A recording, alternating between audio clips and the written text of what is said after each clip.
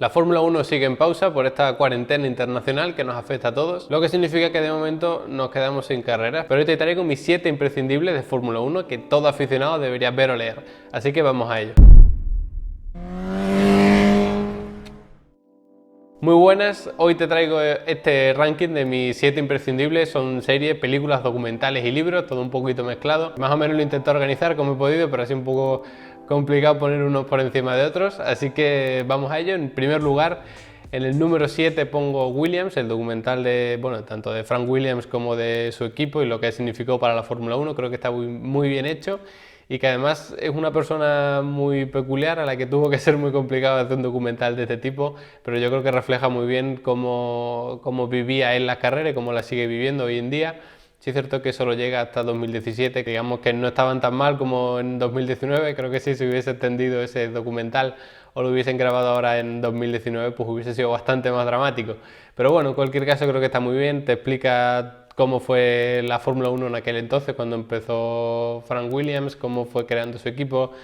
un poquito cómo es su manera de ver tanto las carreras como su propia vida, ¿no? Luego también te habla de un poquito del entorno familiar, de cuando el equipo pasó a manos de Claire, cómo lo fue gestionando ella, cómo se produjeron ahí ciertos roces intrafamiliares. Y bueno, en cualquier caso lo recomiendo 100% porque creo que explica muy bien una de las figuras, uno de los equipos más importantes de la historia de la Fórmula 1 y de los pocos que quedan actualmente con tanta historia. En el número 6 pongo Senna, esta película, quizá más película que documental sobre Ayrton Senna. Sé que muchos lo pondrían mucho más arriba por todo lo que significó Senna como piloto, que bueno, yo creo que no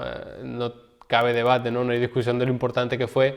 no solo a nivel interno de la Fórmula 1, sino que llevó esta competición a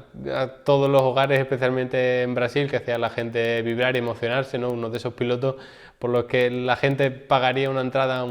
un Gran Premio de Fórmula 1 por verlo correr, era apasionante. Y bueno, poco más se puede decir ya que no se haya dicho de Senna, ¿no? Pero es cierto que la película, digo que es un poco más película que documental, porque entra un poco más en el tema espiritual, digámoslo de alguna manera, que realmente pues era muy importante en Senna y si no lo que más importante, ¿no? Más allá de sus victorias, de sus campeonatos, pues bueno, la figura de Senna fue así y yo creo que lo refleja bastante bien esta película. Luego en el número 5 pongo Fangio, el hombre que domaba las máquinas, porque bueno, es un poco complicado decir que esta va un poquito por encima que la de Senna, pero a mí quizá me gusta un poco más porque quizás sea un poco más documental que película. Al menos es la sensación que me dio a mí cuando vi ambas. Además, este de Fangio está recién estrenado en Netflix. Es una maravilla. Yo no sabía antes de verlo si iban a tirar un poco por el tópico de la Fórmula 1 antigua, era mucho mejor que la de ahora, porque los pilotos de ahora no son tan valientes y tal, pero para nada, creo que refleja bastante bien cuáles son los méritos de ahora y cuáles eran los méritos que tenían antes los pilotos. Además salen pilotos tanto actuales o casi actuales, ¿no? Porque sale Fernando Alonso, sale Rosberg, sale Prost, sale un montón de pilotos que hacen que el documental no solo te ayude a entender cómo era la Fórmula 1 de Fangio y lo que supuso Fangio para la Fórmula 1, lógicamente, sino también cómo ha ido evolucionando y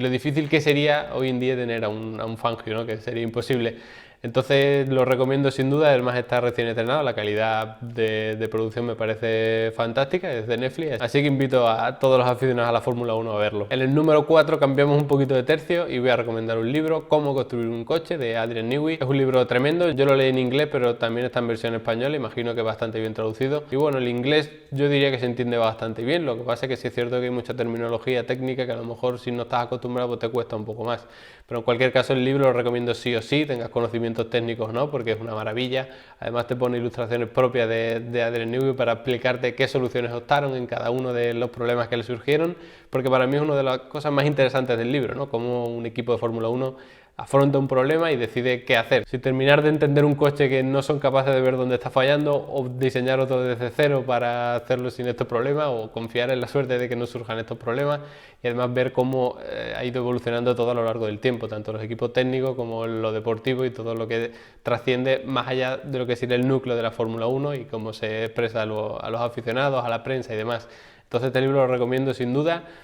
tanto para quien tenga un perfil más técnico como para quien no, porque de verdad que explica perfectamente un montón de cosas técnicas de una forma súper sencilla para que lo entienda cualquiera. O sea, no hace falta saber de aerodinámica para entender las soluciones que él proponía, porque te las explica muy bien y además con dibujo y demás. Así que esto es un libro, así que hay que echarle un poquito más de horas que a las series y películas, pero lo recomiendo sin ninguna duda. Luego en el número 3 volvemos a las películas y coloco Rush, Pasión y Gloria, la medio película documental de Lauda y Hunt.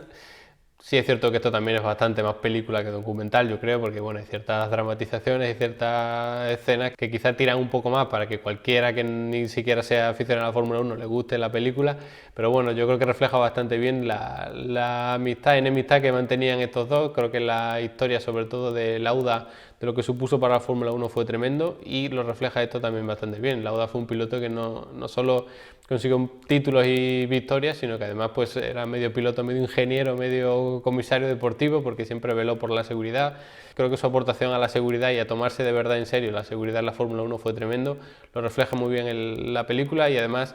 es algo que puede ver cualquiera, aunque no sea un aficionado a la Fórmula 1, creo que esta película puede gustar, así que está en el número 3. Ahora en el número 2, la archiconocida Drive to Survive, documental de Netflix de esta temporada 2018-2019, creo que todo el mundo la ha visto, te muestra perfectamente cómo es la Fórmula 1 por dentro. Sí es cierto que ha habido cierta polémica porque parece que algunos pilotos los tratan un poquito peor que otros, no sé, sin motivos aparentes por lo visto, pero bueno, en rasgos generales yo creo que hay que verla sí o sí, y además